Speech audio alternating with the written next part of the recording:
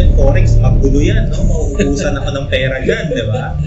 Yan po ang munting sumira ng buhay. Pagka hindi ka natuto sa pagkakamali mo, babalik yung lesson.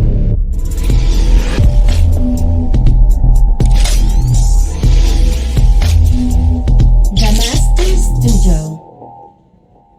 Good morning, everyone. So, makakasama natin ngayon sa Masters Studio is someone who's been doing Forex Fund Management for 11 years, Mr. Ariel Servillon. Hi Mark, magandang araw po sa inyo lahat. Thanks for inviting me. Ariel, can you tell us more about your background? Paano ka napunta dito sa Forex Fund Management? Well, actually, whenever I do talks, sinisimulan ko yung statement ko na I was born with a silver spoon because my dad used to be an executive for one of the biggest companies in the country. The thing is, nung magkasakit po siya, na-wipe out po lahat ng investment niya, lahat ng asset na-wipe out in 2 short years. I was just 14, 15 years old, na-witness ko yung pagbagsak ng buhay namin. Kaya when I started my career, I chose a career in sales. I became a hustler, so to speak. Yung hustler, it's not a bad thing. Yung natuto akong humustle kasi nakita ko na wala yung mga asset namin eh. So I went into sales and then nung nagkakaedad na ako, napapansin ko yung active income natin, Mark, meron siyang expiration date. So when I do presentations, talagang pinapakita ko sa slide yung ang active income mo, may expiration date. Ano ba yung active income? Yan yung kailangan mo gumalaw at magtrabaho para pumasok ang pera. So I teach people how to do business. I'm a consultant for business, how to create assets. Kasi ang mga assets natin in investments, passive income yan eh. 20 years ago, when I finished Robert Kiyosaki's Rich Dad Poor Dad, Rich Dad's Guide to Investing, Cash Flow Quadrant, naintindihan ko, dapat marunong tayo sa buhay na gumawa ng passive income. Yung bandi po kahit wala kang gawin ng isang buwan, isang taon, kung established ang negosyo mo, hindi ka mag-worry sa expenses mo, just like what happened with my dad. Umasa lang sa active income nung bago siya magkasakit. Can you tell us more what's the difference ng Forex Fund Management as compared to Forex Trading? Kasi di ba, parang yan yung topic na hindi masyadong napag-uusapan dahil pag alam natin, Forex, magulo yan, no? Mauubusan ako ng pera dyan, di ba? Ang Forex Trading kasi, when I was in Singapore 11 years ago, naka-attend ako ng isang seminar niyan.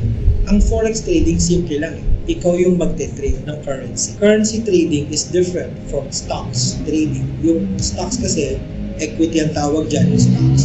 Nag-i-invest ka sa stock market. Sa Pilipinas, yan ang PSE, Philippine Stock Exchange. Ang Forex, when you do Forex trading, dalawa lang ang currencies na iti-trade mo lagi. Yung foreign against yan.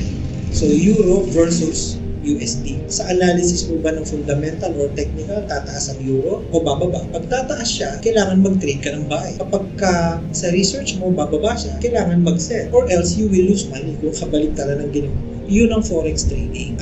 Maraming mga tao gustong mag-aral ng Forex. Pero when I started this career 11 years ago, mas marami akong client, Mark, na ayaw mag-aral, mag-trading. Ang sinasabi sa akin, pre, meron akong time deposit, natutulog lang sa bank. Baka pwede mo purutan ng konti at ipamanage. Yun ang Forex Fund Management. The difference is, Forex trader, iti-trade mo yung sarili mong pera, mag-aaral ka, at hindi madali mag-aral ng Forex trading. For Forex Fund Management, maghahanap ka ng isang trader ng Forex na magaling mag-trade at mahaba ang experience at pagtitiwalaan mo siya to manage the funds for you. That's the main difference.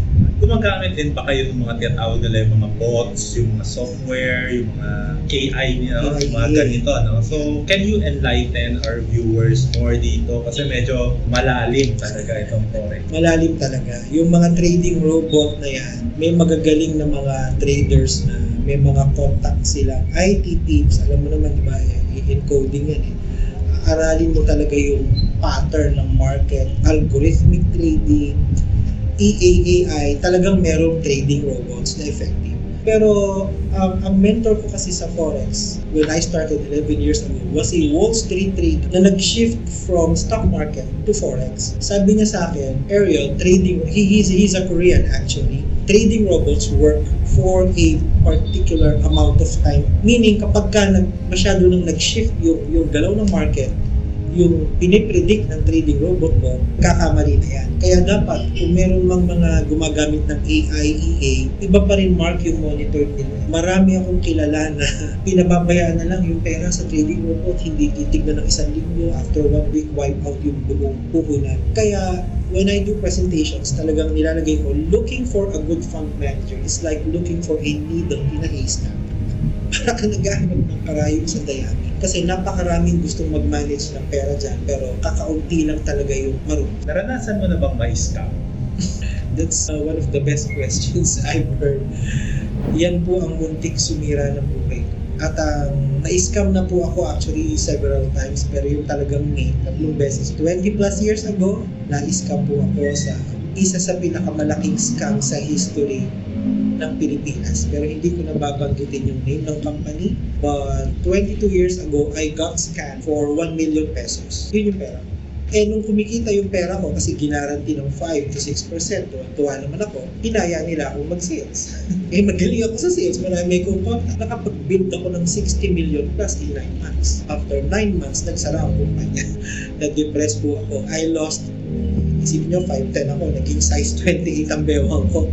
My goodness, hindi na ako makilala ng mga tao. Akala ko po nun mamamatay ako, nagkaroon ako ng panic disorder, anxiety attack.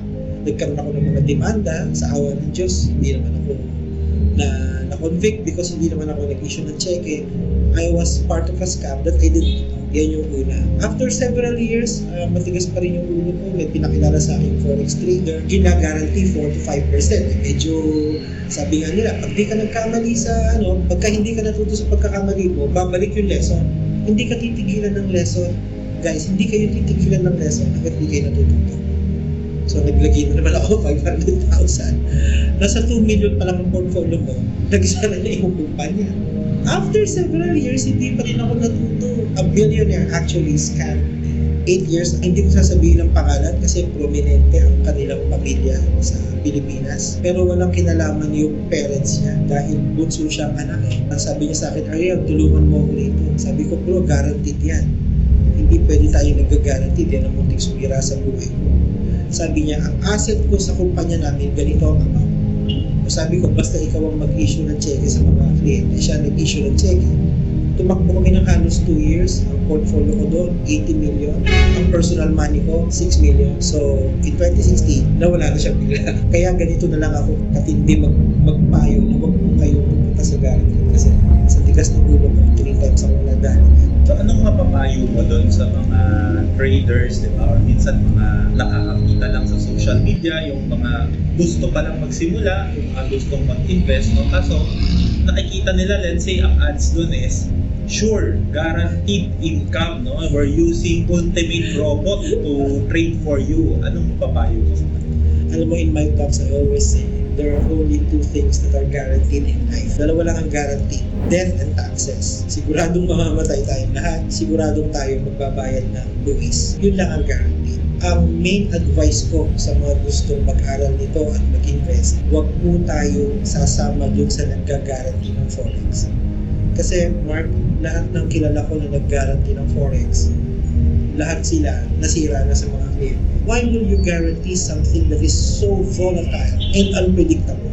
Pwede kang manalo ng 1 million isang araw. Pwede kang matalo ng 1 million in a matter of 2 to 3 minutes. Why would you guarantee? Ang nangyayari kasi sa industry, Mark, kaya nasisira ang pangalan ng industry. May mag-aaral ng trading. Nung nakita niya na maganda yung income niya, kumikita siya ng 20-25% a month, sabi niya, pwede kong pagkakitaan ito.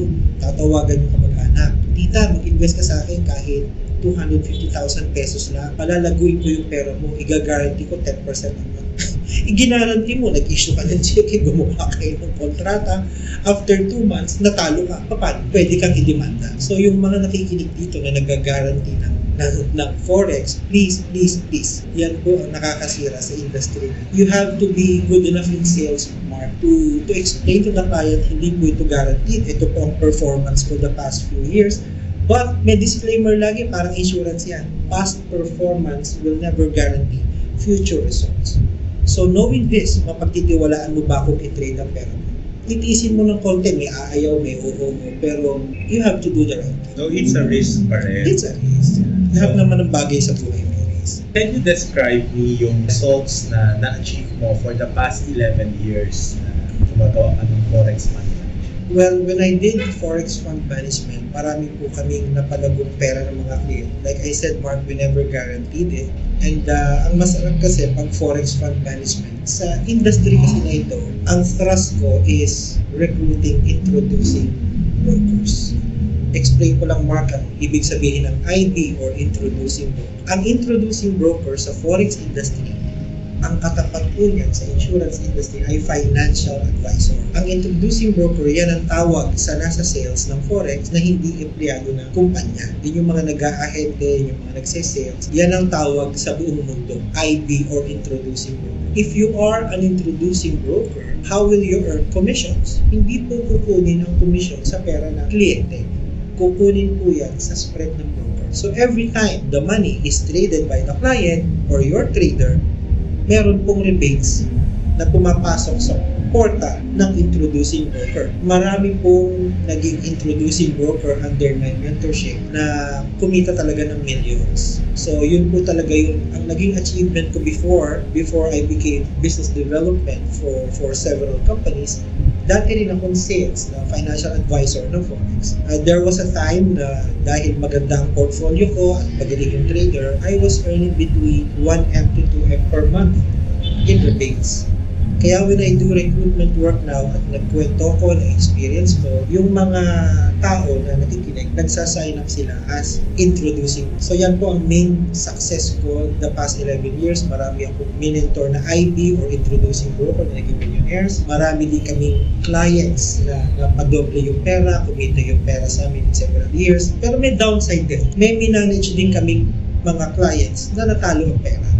Pero hindi sila pwedeng manisil dahil nasa kontrata namin, this is not guaranteed. That's the reason, Mark. Kaya, halimbawa, may client, Ariel, may time deposit akong 2 million. Yun na lang ang pera ko. Saan ako inis-inis na hindi ko mag-present? Pare, yan na lang ang pera mo, natutulog sa bako, kunin ko lahat. Ang culture po sa binubuo kong team, kunin nyo lang ang 5%, maximum of 20% ng pera ng isang tao. Kasi pwedeng matalo ang pera sa trade. Napansin ko, no, medyo parang ano ka talaga, passionate ka sa Forex, no? Ano yung reason behind your passion? About 15-16 years ago, I have a good friend. Usap kami minsan, nire-recruit niya ako sa network marketing. Dati naman nag-network marketing ako. Tapos sabi ko, alam mo, hindi ko siya feel. Tapos sabi niya, sige, hindi na kita re-recruitin kasi naiintindihan kita. Tapos sabi niya sa akin, you know what, Ariel? In life, you have to do something that resonates with you. Meaning, pag nag-resonate ang isang bagay sa'yo, gawin mo. Pag hindi nag-resonate, huwag mong pilitin. Sa kanya ko natutunan yung word na resonate.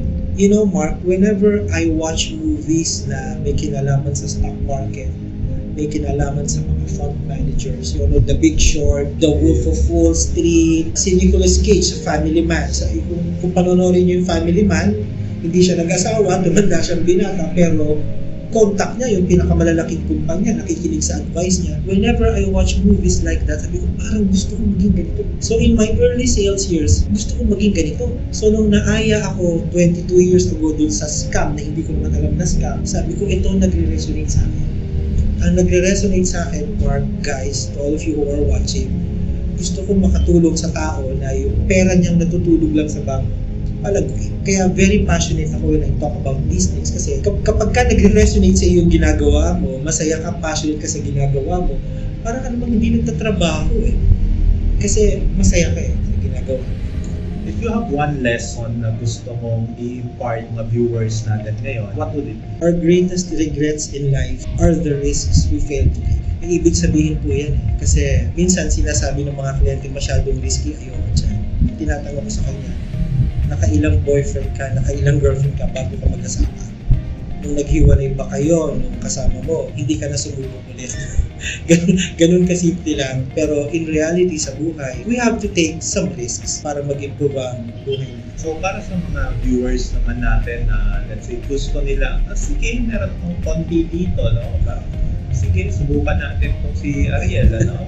I-try natin, paano pa naman nila makakontact? They can contact me through a mobile number and email address. I actually work for one of the biggest forex brokerage firms in the world. The name of the company is One Royal. and I can give them my email address there and my contact information. Para sa mga masters na gusto mag-share ng kanilang stories, you can message us. Don't forget to like, follow, and subscribe the Master Studio.